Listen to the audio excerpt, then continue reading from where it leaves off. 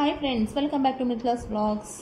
కార్తీక మాసంలోని 13వ రోజుకి వచ్చేసామండి. 13వ అధ్యాయం ఇప్పుడు చెప్పుకుందాము. 13వ అధ్యాయంలోని కథ ఏమిటి అంటే కన్యాదాన ఫలము, సువీర చరిత్రము. ఓ జనక మహాచక్రవర్తి, కార్తీక మాసంలో ఇంకను విధిగా చేయవలసినవి ధర్మములు చాలా ఉన్నవి. వాటిని వివరించదును, సావధానులవై ఆలకించుము అని చెప్పారు. కార్తీక మాసంలో నదీ స్నానం ముఖ్యము. దానికంటే ఒక పేద బ్రాహ్మణుని కుమారునికి ఉపనయనం చేయటం ముఖ్యం.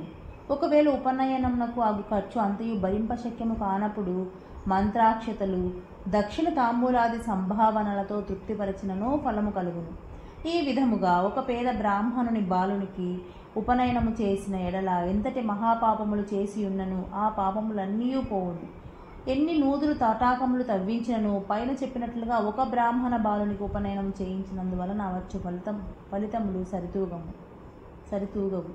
అంతకన్నా ముఖ్యమైనది కన్యాదానము. కార్తీక మాసమందు భక్తి శ్రద్ధలతో కన్యాదానము చేసిన ఎడల తాను తరించుటయే కాక తన పితృదేవతలను కూడా తరింపజేసేవాడవును. ఇందులో ఒక ఇతిహాసం గలదు, చెప్పెదను, శ్రద్ధగా ఆలకించమని చెప్పాను. సువీర చరిత్రము. ద్వాపర యుగంలో వంగదేశంలో గొప్ప పరాక్రమవంతుడు, శూరుడు అయిన సువీరుడను ఒక రాజుండెను.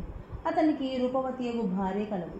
ఒకసారి సువీరుడు రాజులచే ఓడించబడిన వాడై భార్యతో అరణ్యంనకు పారిపోయి ధనహీనుడై నర్మదా నదీ తీరమందొక పర్ణశాలను నిర్మించుకొని కందమూల ఫలాదులు భక్షించుచు కాలము గడుపుచుండెను. కొన్ని రోజులకు అతని భార్య ఒక బాలికను కనెను. ఆ బిడ్డను అతి గారాభంగా పెంచుచుండిది.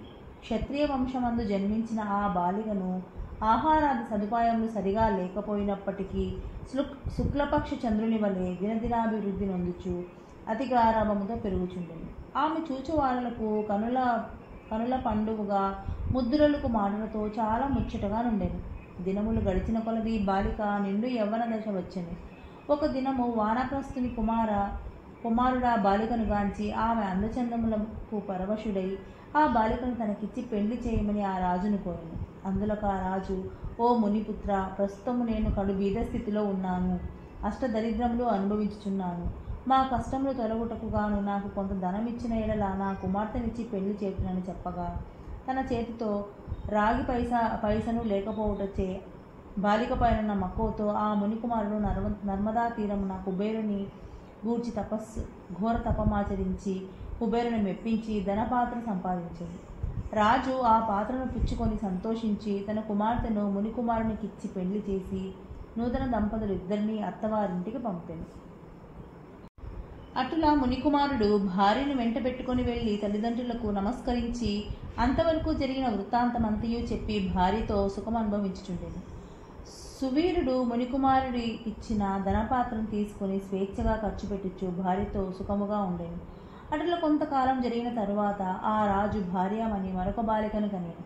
ఆ బిడ్డకు కూడా యుక్త వయసు రాగానే మరల ఎవరికైనా ధనమునకు అమ్మవచ్చునన్న ఆశతో ఎదురు చూచుచుండెను. ఒకానొక సాధు పుంగవుడు తపతీ నదీ తీరం నుండి నర్మదా నదీ తీరంనకు స్నానార్థమై వచ్చుచు దారిలో ఉన్న సువీరుని కలుసుకుని, ఓయి, నువ్వెవడవు? నీ ముఖవర్చస్సు చూడ రాజవంశమునందు జన్మించిన వానివలే ఉన్నావు. నీవి అరణ్యమందు భార్య బిడ్డలతో వసించుటకు కారణమేమి అని ప్రశ్నించగా సువీరుడు, మహానుభావ, నేను వంగదేశమును ఏలుచుండేవాడును. సువీరుడను రాజును నేను. నా రాజ్యమును శత్రువులు ఆక్రమించుటచే భార్య సమేతముగా ఈ అడవిలో నివసించుచున్నాను. దరిద్రము కంటే కష్టమేదీ లేదు. పుత్రశోకము కంటే గొప్ప దుఃఖము లేదు. అటులనే భార్య వియోగము కంటే గొప్ప సంతానము మరొకటి లేదు.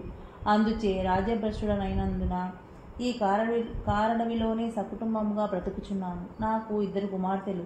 అందు మొదటి కుమార్తెను ఒక మునిపుత్రునికిచ్చి వాని వద్ద కొంత ధనము పుచ్చుకొంటిని. దానితోనే ఇంతవరకు కాలక్షేపం చేయుచున్నాను అని చెప్పగా, ఓ రాజా, నీవు ఎంతటి దరిద్రుడమైనను ధర్మ సూక్ష్మము ఆలోచించక కన్యా నమ్ముకొంటివి. కన్యా విక్రయము మహాపాతకములలోనొకటి. కన్యను విక్రయించిన వారు అసిపత్రవనమను నరకం అనుభవింతురు. ఆ ద్రవ్యములతో దేవముని పితృదేవతా ప్రీత్యర్థం ఏ వ్రతము చేసినో వారు నశింతురు. అదియునుగాక కన్యా విక్రయము చేసిన వారికి పితృదేవతలు పుత్ర సంతతి కలగకుండా శపింతురు. అటులనే కన్యను ధనమిచ్చి కొని పెండ్లాడిన వారు చేయు గృహస్థ ధర్మములు వ్యర్థమొకటియే కాక అతడు మహానరకం అనుభవించును. కన్యా విక్రయము చేసిన వారికి ఎట్టి ప్రాయశ్చిత్తము లేదని పెద్దలు వక్కాణించినే ఉన్నారు. కావున రాబోయే కార్తీక మాసంన నీవు రెండవ కుమార్తెను నీ శక్తి కొలది బంగారు ఆభరణములతో అలంకరించి సదాచార సంపన్నునకు ధర్మబుద్ధి గలవానికి కన్యాదానము చేయును. అటులు చేసిన ఎడల గంగా స్నానం అనరించిన ఫలము, అశ్వమేధ యాగము చేసిన ఫలము పొందుటయేగాక మొదటి కన్యను అమ్మిన దానికి పాపఫలము కూడా తొలగిపోవును అని రాజునకు హితోపదేశం చేయగా అందుక రాజు చిరునవ్వు నవ్వి, ఓ మునీశ్వర, దేహసుఖము కంటే దాన ధర్మముల వలన వచ్చిన ఫలము ఎక్కువ. తాను బతికుండగా భార్య బిడ్డలతో సిరి సంపదలతోనూ సుఖముగా ఉండక చనిపోయిన తర్వాత వచ్చేది ఏదో మోక్షము కొరకు ప్రస్తుతమున్న అవకాశమును చేజేతులారా జారవెచ్చుకోమంటావా? ధనము బంగారము కలవారే ప్రస్తుత లోకమందు రాణింపగలరు.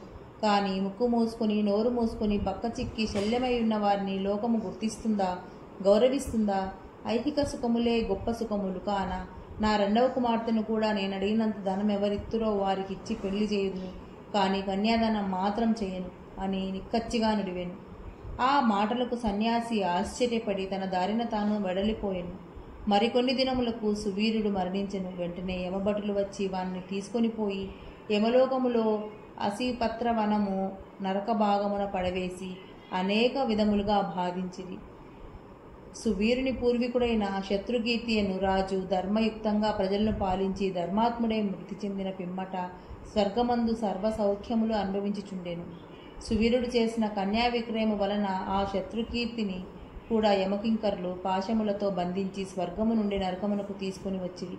అంతటా శత్రుకీర్తిని నెరుగునంత వరకును ఇతరులకు ఉపకారం చేసి దానధర్మాలు యజ్ఞయాగాదులు అనురించి ఉన్నాను. నాకు ఈ దుర్గతి ఏల కలిగే అని మనమునందు నిండు కొలువు తీరి ఉన్న యమధర్మరాజు కడకేగి నమస్కరించి, ప్రభు, నీవు సర్వజ్ఞుడవు, ధర్మమూర్తివి, బుద్ధిశాలివి, ప్రాణకోటినంతటిని సమంగా చూచుచుందువు. నేనెప్పుడూ ఏ పాపము చేసి ఉండలేదు. నేను స్వర్గలోకము నుండి నరకమునకు తోడుకొని వచ్చుటకు కారణమేమి, సెలవిండు అని ప్రాధేయపడెను. అంత యమధర్మరాజు శత్రుకీర్తిని గాంచి, శత్రుకీర్తి, నీవు న్యాయమూర్తివి, ధర్మజ్ఞుడవు, నీవు ఎటువంటి దురాచారములు చేసి ఉండలేదు.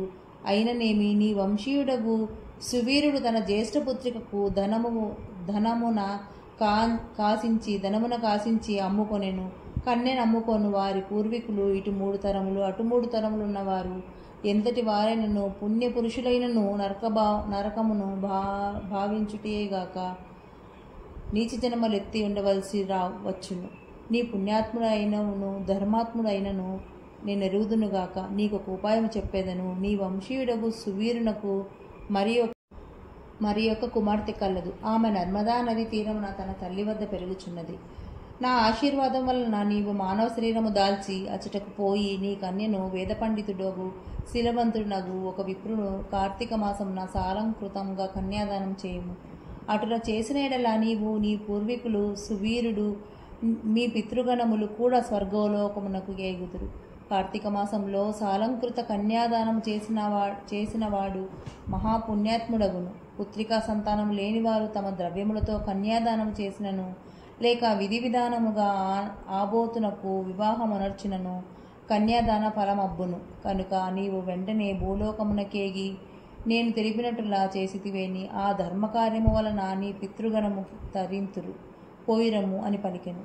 శత్రుకీర్తి యమధర్మరాజుకు నమస్కరించి సెలవు తీసుకుని నర్మదా తీరమునకు ఒక పర్ణ కుటీరములో నివసించుచున్న సువీరుని భార్యను కుమార్తెను చూసి సంతోషపడి ఆమెతో యావత్తు విషయములు వివరించి కార్తీక మాసంలో సువీరుని రెండవ కుమార్తెను సాలంకృత కన్యాదాన వివాహం చేసెను.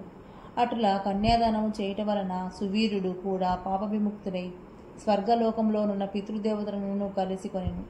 కన్యాదానం వలన మహాపాపములు కూడా నాశనమగును.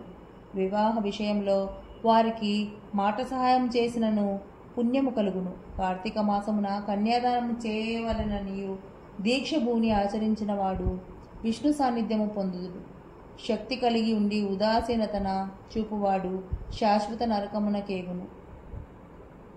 ఇట్లు స్కాంద పురాణాంతర్గత వశిష్ఠ ప్రోక్త కార్తీక మహాత్మ్యమందలి 13వ అధ్యాయము 13వ రోజు పారాయణము సమాప్తము. ఇది అండి ఈరోజు వీడియో నచ్చినట్లయితే ప్లీజ్ లైక్ చేయండి, షేర్ చేయండి. దాంతోపాటు కొత్త వాళ్ళు ఎవరైనా వీడియో చూస్తున్నట్లయితే సబ్స్క్రైబ్ చేసుకోండి. మళ్ళీ రేపటి వీడియోతో మళ్ళీ కలుసుకుందాం. అంతవరకు సెలవు. ఓం నమః శివాయ. ఓం నమో భగవతే వాసుదేవాయ. ఓం నమో నారాయణాయ. ఓం నమో వెంకటేశాయ నమః.